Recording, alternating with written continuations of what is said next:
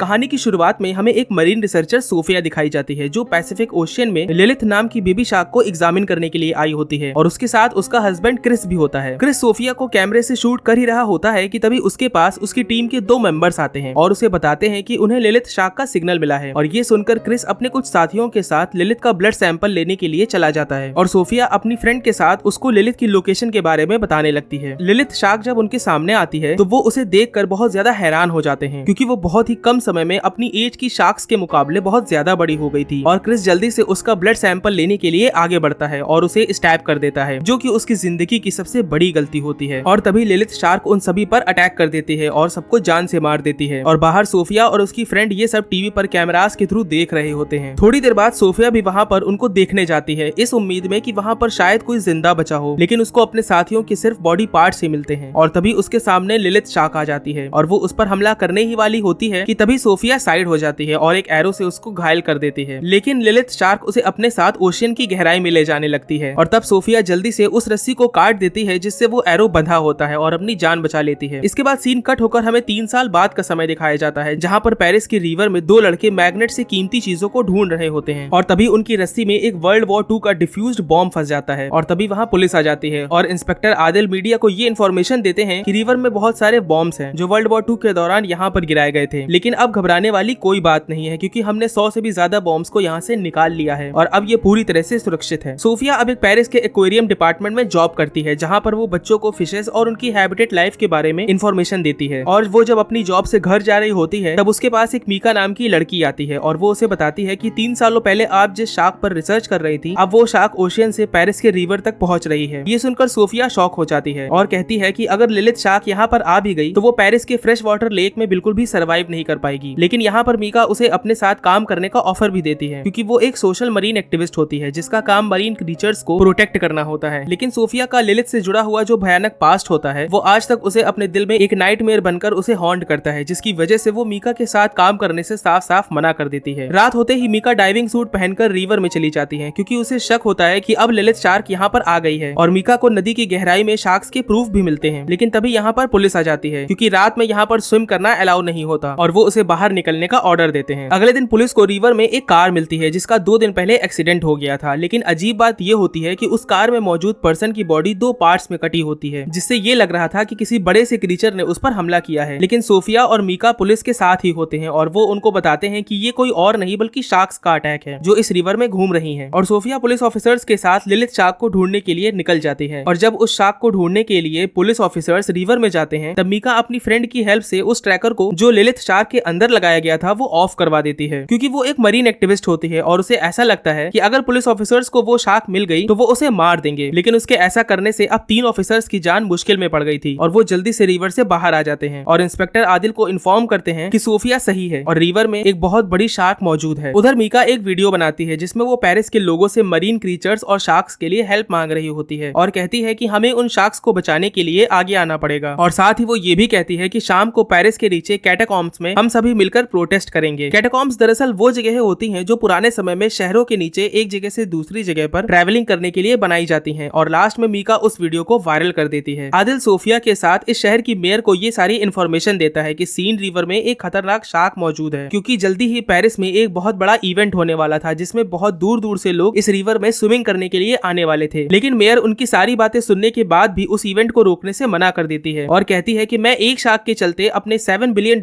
वाले बजट के इवेंट पर पानी नहीं फेर सकती हूँ। और पुलिस ऑफिसर्स उस लिलिथ शार्क को खत्म करने की तैयारी करने लगते हैं। लेकिन तभी यहाँ पर मीका की फ्रेंड आ जाती है और वो पुलिस ऑफिसर्स को इन्फॉर्म करती है कि मीका प्रोटेस्ट में लोगों को जमीन पर नहीं बल्कि रिवर में भेजेगी ताकि वो ये साबित कर सके कि शार्क्स इंसानों के लिए बिल्कुल भी खतरनाक नहीं है। और पुलिस ऑफिसर्स जल्दी से उन कैटाकॉम्ब्स की तरफ बढ़ने लगते हैं जहाँ पर मीका के साथ बहुत सारे लोग शार्क्स को बचाने के लिए प्रोटेस्ट कर रहे होते हैं। और तभी उन लोगों में बहस के दौरान मीका रिवर में कूद जाती है और अगले ही पल उसके आसपास बहुत सारी शार्क्स आ जाती हैं। और जैसे ही मीका एक शार्क के साथ थोड़ा फ्रेंडली होने लगती है तभी वो शार्क उसे लव बाइट दे देती है और उसकी बॉडी के टुकड़े टुकड़े कर देती है। ये सब देखकर वहाँ पर अफरा तफरी मच जाती है और भगदड़ की वजह से बहुत सारे लोग पानी में गिर जाते हैं और शार्क्स उन पर अटैक करके सभी को जान से मार देती हैं। और देखते ही देखते नदी का रंग लोगों के खून से बिल्कुल लाल हो जाता है। पुलिस ऑफिसर्स बहुत ही मुश्किलों से लोगों को बचाने में कामयाब होते हैं, लेकिन बहुत सारे लोग शार्क्स के अटैक से गंभीर रूप से घायल होते हैं और कुछ तो हमेशा के लिए अपंग भी हो जाते हैं। ऑफिसर्स ने इन शार्क्स पर रिसर्च और उनके इतने ज्यादा खतरनाक होने की वजह से एक बेबी शार्क को पकड़ लिया होता है। और जब सोफिया उसे एग्जामिन कर रही होती है तब वो उनको बताती है कि ये शार्क सिर्फ 2 महीने की है और साथ ही ये प्रेग्नेंट भी है और लिलिथ शार्क ही इसकी मदर है, जिसकी वजह से अब इन शार्क्स को ब्रीड करने की भी जरूरत नहीं है, क्योंकि अब ये सिर्फ 1 महीने में ही सैकड़ों बच्चों को जन्म दे सकती हैं, जो सबसे डरावनी चीज है, क्योंकि अगर ये इसी तरह बढ़ती रही तो समुद्र में शार्क्स के अलावा कोई और क्रीचर जिंदा ही नहीं बच पाएगा। उधर मेयर को जब इस सिचुएशन के बारे में पता चलता है तो वो पुलिस ऑफिशियल्स को डांटने लगती हैं और कहती हैं कि आपसे एक शार्क नहीं संभाली जा रही है तो पूरे शहर को आप कैसे संभालेंगे। और वो उनको उन कैटाकॉम्ब्स में जहां पर शार्क्स बड़ी संख्या में मौजूद होती हैं वहां पर ब्लास्ट करने का ऑर्डर देती है, लेकिन इसके बावजूद भी वो उस स्विमिंग इवेंट को कैंसिल नहीं करती जो कि पेरिस में 1 दिन बाद होने वाला था। और सोफिया के बहस करने पर वो उससे कहती हैं कि इस इवेंट से पेरिस की रेपुटेशन जुड़ी हुई है और अगर ये इवेंट कैंसिल हुआ तो हमें बहुत ज्यादा लॉस बियर करना पड़ेगा, जिसके लिए हमारा शहर बिल्कुल भी तैयार नहीं है। और अगले दिन मॉर्निंग में पुलिस ऑफिसर्स पूरी तैयारी के साथ उन कैटाकॉम्ब्स में ब्लास्ट करने के लिए बॉम्ब लगाने लगते हैं। और एक पल के लिए जब आदिल और सोफिया बॉम्ब लगा रहे होते हैं तब वो अपने ऊपर बहुत सारी शार्क्स को देखते हैं जो कि बहुत बड़ी होती हैं, और वो जब वहां से निकलने की कोशिश कर रहे होते हैं तब वो शार्क्स उन पर अटैक कर देती हैं, जिससे उनका एक साथी मर जाता है और तभी वहां पर बॉम्ब ब्लास्ट हो जाता है, लेकिन सोफिया और आदिल वहां से बच निकलने में कामयाब हो जाते हैं। उधर अब पेरिस की सीन रिवर में स्विमिंग इवेंट भी स्टार्ट हो जाता है और ब्लास्ट में बेबी शार्क्स के मरने की वजह से अब लिलिथ शार्क बहुत गुस्से में आ जाती है और वो उस जगह जहां पर स्विमिंग इवेंट हो रहा होता है वहां के लिए आगे बढ़ने लगती है और एक लोहे के मजबूत नेट को भी तोड़ देती है जो पुलिस ऑफिसर्स ने शार्क को रोकने के लिए लगाया था। और इवेंट में आते ही लिलिथ शार्क एक आदमी की बॉडी को 2 हिस्सों में काट देती है और देखते ही देखते यहाँ पर बहुत सारी शार्क्स आ जाती हैं और सब उन स्विम कर रहे लोगों पर बहुत ही बेरहमी से अटैक कर देती हैं, जिससे अब नदी का रंग भी लोगों के खून से लाल होने लगता है। और तभी यहाँ पर एक पुलिस इंस्पेक्टर गोली चलाने लगता है, जिसमें एक गोली सीधा जाकर उस बॉम्ब पर लग जाती है जो वर्ल्ड वॉर 2 के दौरान यहाँ पर गिराया गया था, जिससे वो ब्लास्ट हो जाता है। लेकिन इसके साथ ही जो और भी बॉम्ब्स होते हैं वो भी रीएक्टिवेट होकर ब्लास्ट हो जाते हैं, जिससे यहाँ पर मौजूद लोगों के साथ ही मेयर की भी जान चली जाती है और यहाँ पर पानी में एक बहुत बड़ी सुनामी आ जाती है, जिससे ये पूरा शहर देखते ही देखते डूब जाता है। और लास्ट में हमें बताया जाता है कि अब ये शार्क्स शहर से होते हुए पास के शहरों तक भी जाएंगी और वहां पर अपने आतंक से तबाही मचाएंगी। और इसी के साथ ये amazing action horror movie under Paris and हो जाती है। Thank you for watching. अगर आपको हमारी इस मूवी की एक्सप्लेनेशन वीडियो पसंद आई हो तो प्लीज हमारे चैनल को लाइक, शेयर और सब्सक्राइब करना ना भूलिएगा और कमेंट सेक्शन में हमें जरूर बताइएगा कि आपको ये हॉरर मूवी कैसी लगी।